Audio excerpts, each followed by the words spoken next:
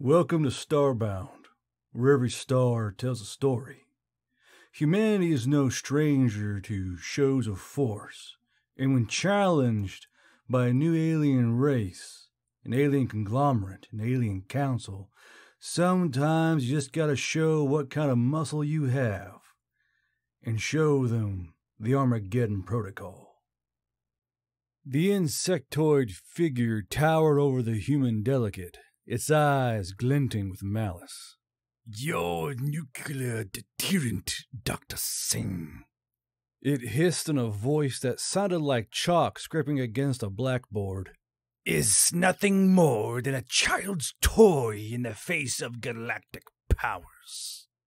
The Interstellar Council chambers on Eridani Prime, usually a hub of diplomatic decorum, were charged with an electric tension. Delegates from a multitude of species leaned forward in their seats, their attention riveted on the unfolding drama. The Krill, a notoriously arrogant and technologically advanced race, had been vocal critics of Earth's recent admittance into the Council. Dr. Helen Singh, Earth's chief delegate, stood her ground, her calm demeanor a stark contrast to the Krill's aggression. "Commander Zitak," she addressed the towering creature, "I understand your skepticism. However, I assure you that humanity's commitment to self-preservation is not to be underestimated." Zitak let out a guttural chuckle that echoed through the chamber. "Self-preservation? With those antiquated weapons of yours, you cling to destructive power like a toddler to its blanket. It's adorable." A murmur of discontent rippled through the human delegation.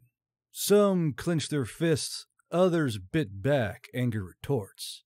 But Dr. Singh raised a hand, silencing them with a subtle gesture. "Commander," she said, her voice unwavering, "while I appreciate your colorful metaphors, I must caution against underestimating the resolve of a species that has overcome countless challenges to reach this stage." Zitak leaned closer, his mandibles twitching. "We, the Krill, have mastered technologies beyond your comprehension. We traverse the stars while you barely manage to escape your own atmosphere, yet you dare to threaten us with your primitive arsenal." A collective gasp arose from the audience. The Krill's audacity was breathtaking, but Dr. Singh simply smiled, a hint of steel in her eyes. "Commander," she began, her voice barely above a whisper, "you may mock our primitive weapons now, but remember, even the smallest spark can ignite a fire that consumes worlds." The chamber fell silent, the only sound the gentle hum of translator devices converting the myriad alien languages into a universal tongue. Zitak's mandibles clicked in surprise, then curled into a sneer. "A bluff," he scoffed. "A desperate attempt to mask your weakness." Dr. Singh remained unfazed. "Weakness?" she retorted. "Perhaps you should consult your history books, Commander. Humanity has a knack for defying expectations." She gestured towards the central holo display, which flickered to life, revealing a series of images that sent shock waves through the council. There were grainy photographs of gaunt men and women toiling in a dimly lit laboratory, their faces etched with determination. Blueprints for complex machinery flashed across the screen, followed by satellite images of sprawling installations hidden deep within Earth's deserts and oceans.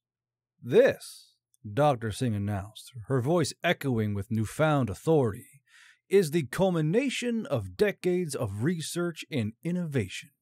Project Armageddon, as we call it, is not a single weapon, but a symphony of interconnected systems designed to deter any aggressor, no matter how advanced." A collective gasp filled the chamber. Delegates exchanged uneasy glances, while the Krill representative's sneer wavered. Dr. Singh continued, her voice now in measured cadence. We have harnessed the power of our sun, developed nanotech defenses capable of neutralizing hostile technology, and established a vast network of AI-controlled countermeasures. Should any force threaten our planet, we will unleash a symphony of destruction that will make your most advanced weapons look like children's toys. Zatak's chitinous exoskeleton twitched with barely suppressed anger. Empty threats, he hissed. Prove it. Dr. Singh met his gaze unflinchingly. Very well, Commander. If the Council permits, we are prepared to offer a demonstration. The Council chamber buzzed with anticipation. Some delegates shifted nervously, unsure of what to expect. Others, particularly those from species with a history of conflict with the Krill, leaned forward with eager interest. Ambassador KL, the elder statesman, spoke up, his voice a calming balm amidst the rising tension. Dr. Singh, this is a grave matter. The implications of such a demonstration are far-reaching. Are you sure you wish to proceed? Dr. Singh nodded, her eyes gleaming with steel resolve. We understand the gravity of the situation, Ambassador. However, we believe it is crucial for the Council to witness the reality of our capabilities, not just hear our words. A holographic map materialized above the Council floor, displaying Earth's position in the solar system. It zoomed out, revealing the intricate web of satellites and orbital platforms surrounding the planet. A hush fell over the chamber as everyone watched, their breaths held in anticipation. Observe, Dr. Singh announced, her voice echoing through the chamber. A brilliant beam of light erupted from a satellite orbiting Earth, arcing towards a barren asteroid designated as the test target. The asteroid, a lifeless rock several kilometers wide, glowed white-hot as the energy beam struck it, vaporizing a chunk of its surface in an instant. Gasps of astonishment echoed through the chamber. The Krill representative, Zatak, twitched in his seat, his multifaceted eyes widening. But Dr. Singh wasn't finished. That, she explained, was a mere fraction of our solar energy collection and redirection capabilities. We can focus such beams with pinpoint accuracy, disabling or destroying any hostile object in our path. The holographic display shifted, now showcasing a swarm of tiny metallic objects deploying from another satellite. These nanobots swarmed around a simulated enemy vessel, infiltrating its systems and wreaking havoc on its electronics. Our nanotechnology, Dr. Singh continued, can disable the most sophisticated technology, rendering it useless in a matter of seconds. The display changed once more, revealing a grid of electromagnetic pulses radiating outwards, disrupting communications and creating a zone of technological silence. And this, Dr. Singh concluded, is just a glimpse of our full capabilities. The Armageddon protocol is not a single weapon, but a symphony of interconnected systems designed to adapt and evolve in response to any threat. We are not a species to be trifled with. A stunned silence hung in the air as the implications of Dr. Singh's presentation sank in. Delegates exchanged bewildered glances, some whispering amongst themselves in hushed tones. The normally unflappable Ambassador KL, his brow furrowed, addressed the chamber. Dr. Singh, I must confess, this display is unexpected. It seems humanity has been far busier than anyone could have imagined. Zatak, his composure finally cracking, slammed a clawed hand on the table before him. Lies! He shrieked, his voice amplified by the translator. Mere theatrics! You cannot possibly possess such capabilities! Dr. Singh remained unperturbed. Commander, I understand your disbelief, but I assure you, every element you have witnessed is fully operational, and this is merely a fraction of our defensive arsenal. A wave of unease washed over the Krill delegation. Their initial arrogance had given way to a palpable nervousness. They had underestimated humanity, dismissing them as a primitive species clinging to outdated technology.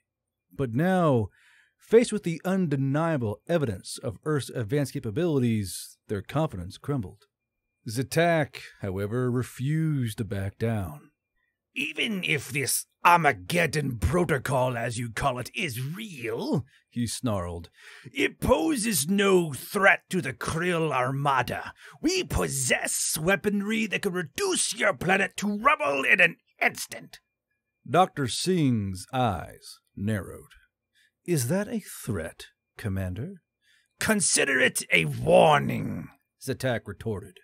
If you value your continued existence, you will dismantle this abomination and surrender your nuclear arsenal. A tense silence descended upon the chamber. The fate of Earth and perhaps the entire galaxy hung in the balance. Dr. Singh glanced at Ambassador KL, seeking his counsel. The wise Arcturian met her gaze with a knowing nod. It seems, KL addressed the council, that we have reached an impasse. The Krill have issued a demand, and Earth has responded with a counter-proposal. It falls upon us, the council, to decide how to proceed. The council chamber became a cacophony of voices as delegates debated the merits of Earth's defense system and the potential consequences of the Krill's ultimatum. The air crackled with tension, the atmosphere growing heavy with the weight of impending conflict. Dr. Singh, despite the chaos, remained a picture of composure. She had anticipated the Krill's reaction, their arrogance blinding them to the true potential of humanity. Now she had to navigate the delicate political landscape of the Council, ensuring that Earth's message was heard and understood.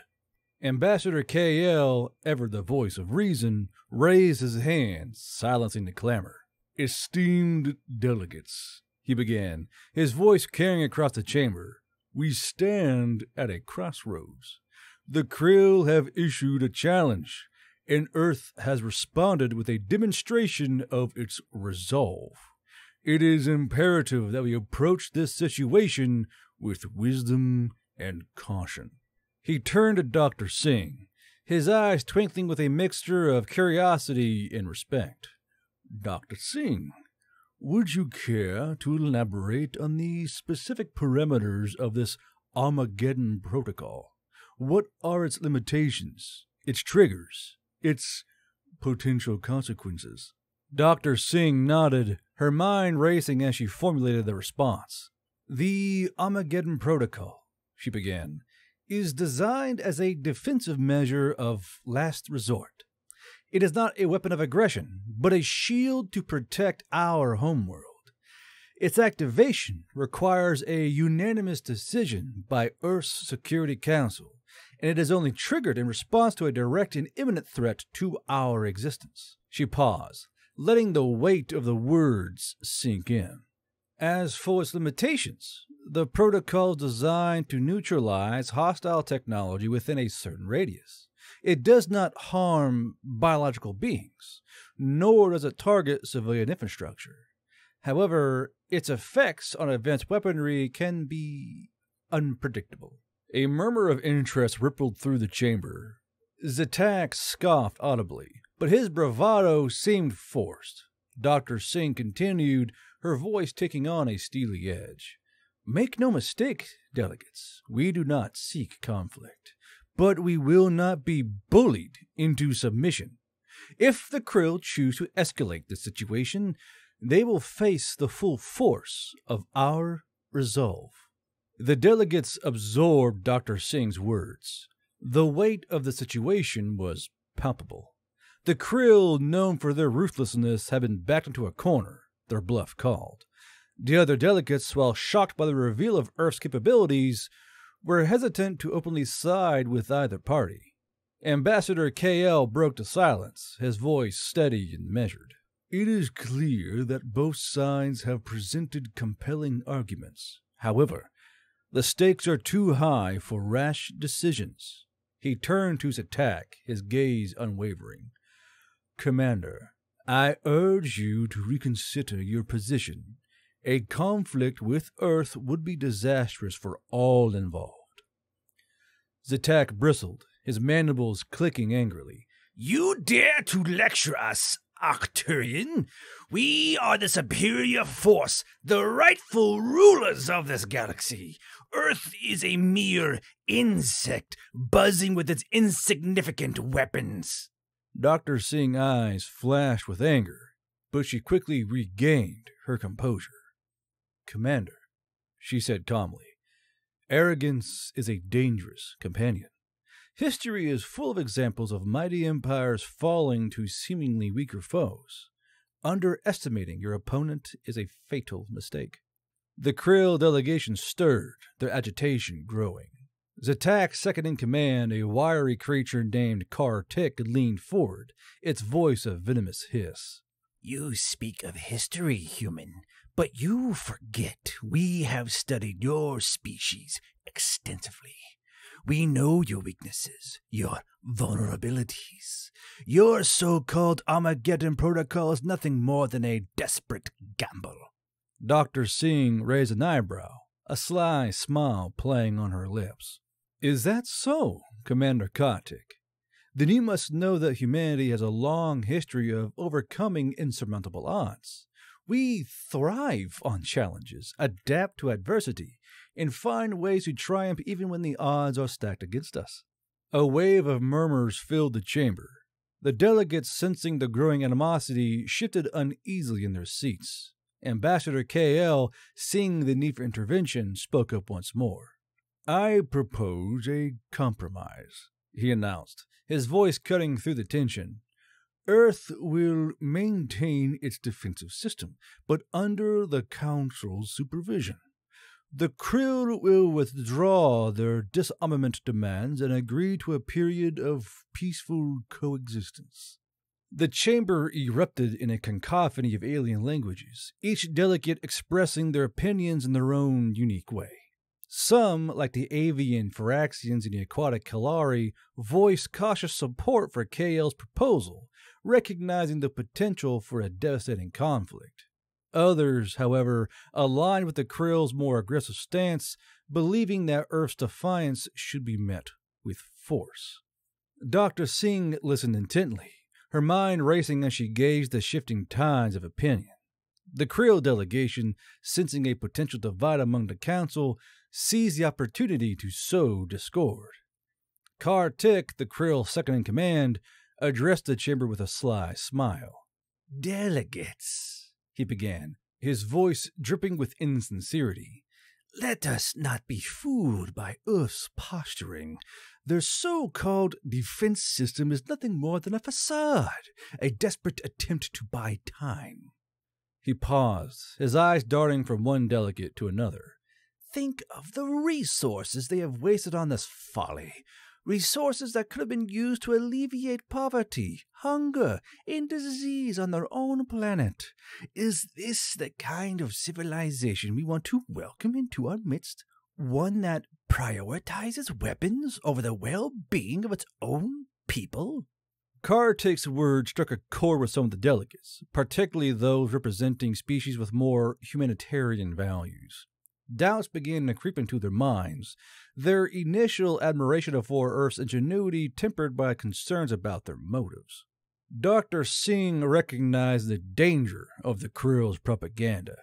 She rose to her feet, her voice ringing with conviction. "Delegates," she declared, "I will not allow the Krill to distort the truth. Our commitment to peace is unwavering, and we will not sacrifice our right to self-defense. We have suffered greatly at the hands of aggressors in the past, and we will not allow history to repeat itself." She paused, her gaze sweeping across the chamber. "The Armageddon Protocol is not a weapon of war, but a shield of peace. It is a deterrent, a symbol of our determination to protect our home and our way of life. We are not warmongers, but we are not fools. We will not be intimidated. We will not be coerced, and we will not be disarmed." Dr. Singh's words hung in the air, a challenge to the Krill and a rallying cry for those who valued Earth's right to self-determination. The council chamber buzzed with renewed energy, the delegates now forced to choose a side. Ambassador KL, sensing a shift in the momentum, seized the opportunity. "Delegates," he proclaimed, his voice amplified by the chamber's acoustics, "we must decide. Do we allow the arrogance of one species to dictate the fate of another? Do we surrender to fear and intimidation, or do we stand for the principles of self-determination and the right to defend one's own?" His words resonated with many, the resolve solidifying. The Kalari representative, a graceful creature with iridescent scales, spoke up. "The Kalari have always valued peace, but peace without freedom is a hollow shell. We stand with Earth." The Phyraxian delegation, their feathered crest held high, echoed the sentiment. "The Phyraxians have faced the Krill's aggression before. We will not allow them to bully another species into submission." One by one, other delegates voiced their support for Earth, their words a chorus of defiance against the Krill's tyranny.